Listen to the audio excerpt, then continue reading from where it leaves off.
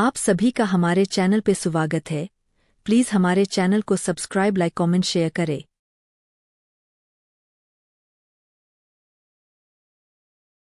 ढोलकपुर एक प्यारा सा गांव था।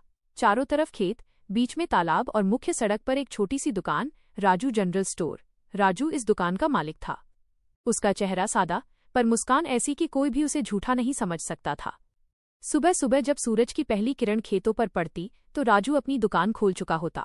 हाथ में झाड़ू लिए सफाई करते हुए वो गुनगुनाता, सच्चाई की राह कठिन सही, पर नींद चैन से आती है। उसी समय बाहर से एक आवाज आई, अरे राजू, तू फिर सुबह सुबह दुकान खोल लिया, थोड़ा आराम भी कर लिया कर। ये था कालिया, राजू का बचपन का दोस्त। बातों बातों में चालाक, पर दिल से भोला। राजू हंसते हुए बोला, भाई, आराम तो बेमेल का होता है। जब मेहनत ही मजा दे तो नींद भी वरदान बन जाती है। छोड़ना ये ज्ञान की बातें। आज चाय मेरी तरफ से, चल तालाब किनारे चलते हैं। तभी पीछे से मोटी आवाज आई, अरे, तुम दोनों फिर काम छोड़कर मस्ती करने लगे क्या? ये था भीम, गांव का सबसे मजबूत आदमी, पर दिल उसका मक्खन जैसा था। राजू मुस्कुराया, अरे भीम, आज तो हम बस 5 मिनट का ब्रेक ले रहे हैं। ठीक है, लेकिन शाम तक मेरे घर आ जाना। इंदुमती दीदी ने कुछ मिठाई बनाई है। इंदुमती गांव की सबसे समझदार लड़की थी। लोगों की मदद करना उसका शौक था। अक्सर गांव के झगड़े वो ही सुलझा देती थी। राजू के दिल में उसके लिए कुछ था, पर वो अपने मन की बात कहने की हिम्मत कभी नहीं जुटा पाया। ढोलकपुर के सरपंच का नाम था इंदु वर्मा। ऊंचा कद, बड़ी मूछें और आवाज इतनी तेज कि पूरा गांव सुन ले। उनके दरवाजे पर बोर्ड लगा था, जो इंदु वर्मा बोले वही कानून। एक दिन उन्होंने अपने नौकर को भेजा, राजू को बुला, तुरंत पंचायत में आना है। राजू थोड़ा हैरान हुआ, मुझे? पंचायत में? क्या गलती कर दी मैंने? कालिया बोला, अरे, शायद तेरी ईमानदारी ने कोई कांड कर दिया होगा। भीम ने उसे घूरा, मजाक मत कर, चलो साथ चलते हैं। पंचायत में पहुंचते ही इंदु वर्मा ने गंभीर आवाज में कहा, राजू, हमें खबर मिली है कि तू सस्ता माल बेचता है। बाकी व्यापारी शिकायत कर रहे हैं कि तेरा व्यापार उनके धंधे को चौपट कर रहा है। सरपंच जी, मैं बस सही भाव पर सामान बेचता हूँ। लोगों को ठगना मुझे मंजूर नहीं। हम समझते हैं, पर गांव का संतुलन बिगड़ रहा है। कल से तू अपना दाम थोड़ा बढ़ा दे। अगर मैं झूठे भाव लगाऊंगा तो फिर मेरी ईमानदारी का क्या मतलब रह जाएगा? पूरा गांव सुन रहा था। कुछ लोग ताली बजाने लगे तो कुछ कुड़कुड़ाने लगे। इंदु वर्मा ने दाढ़ी पर हाथ फेरते हुए कहा, देख राजू, तू अच्छा लड़का है, पर ये गांव है, यहाँ ईमानदारी से ज्यादा जुगाड़ चलता है। राजू ने सिर झुका लिया, पर मन में ठान ली, मैं किसी का नुकसान नहीं करूंगा, पर सच नहीं छोड़ूंगा। अगले दिन कालिया ने योजना बनाई, राजू बहुत सच्चा बनता है, चलो जरा इसे आजमाते हैं। वह दुकान पर गया और बोला, राजू, मुझे 10 किलो चीनी चाहिए, पर दाम आधा कर दे। मैं कल पैसे दे दूंगा। कालिया, तू मेरा दोस्त है, पर हिसाब तो सबका बराबर होता है। बाकी सबके लिए एक दाम, तेरे लिए भी वही। तो तेरा नुकसान होगा। नुकसान पैसा नहीं, भरोसे का होता है। कालिया, तू भी न हमेशा कुछ न कुछ शरारत करता रहता है। अरे भाई, मजाक तो चलना चाहिए, नहीं तो गांव सुस्त पड़ जाएगा। शाम को जब सूरज ढल रहा था, राजू दुकान बंद कर तालाब किनारे बैठ गया। हवा में ठंडक थी और चारों ओर चिड़ियों की चहचहाहट। तभी पीछे से इंदुमती आई, राजू, आज पंचायत में जो हुआ उसकी मुझे खबर मिली। तू परेशान तो नहीं? नहीं इंदुमती, मैं सच्चाई पर अड़ा रहूंगा, चाहे पूरा गांव खिलाफ क्यों न हो जाए। तेरी यही बात मुझे अच्छी लगती है, पर सावधान रहना। इंदु वर्मा को अपनी सत्ता पर घमंड है, वो कुछ भी कर सकता है।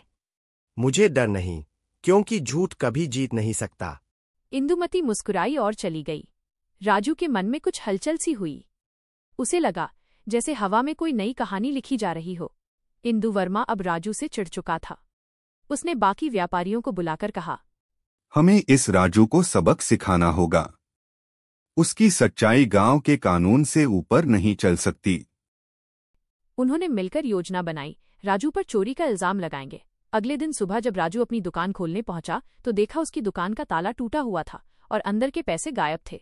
भीम दौड़ा दौड़ा आया। राजू, ये क्या हुआ? राजू बोला, मुझे खुद नहीं पता। तभी इंदु वर्मा और कुछ गांव वाले आ पहुंचे। ईमानदार बनता है और खुद चोर निकला। राजू के पैरों के नीचे जमीन खिसक गई। ढोलकपुर का सूरज उस सुबह थोड़ा उदास लग रहा था। गांव के चौक में लोग जमा थे। राजू की दुकान के बाहर पंचायत लगी थी।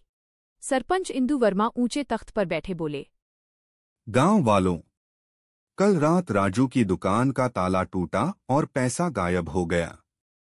पर गवाहों ने बताया है कि रात को राजू को दुकान के आसपास देखा गया था। क्या? मैं तो खेत से घर गया था, फिर दुकान पर क्यों आता? हाँ, मैंने भी देखा कि वो खेत से ही सीधा घर गया था। चुप रहो। जब तक सबूत नहीं, कोई विश्वास नहीं। सरपंच जी, आपने बिना जांच के किसी को चोर कहना ठीक नहीं। अरे भीम, तू भी उसका साथी है ना, इसलिए बचा रहा है। पूरा गांव गूंज उठा। राजू ने चोरी की, राजू ने चोरी की। राजू का चेहरा सफेद पड़ गया, पर उसकी आंखों में डर नहीं था, सच्चाई थी। उसने बस इतना कहा, मैं निर्दोष हूं।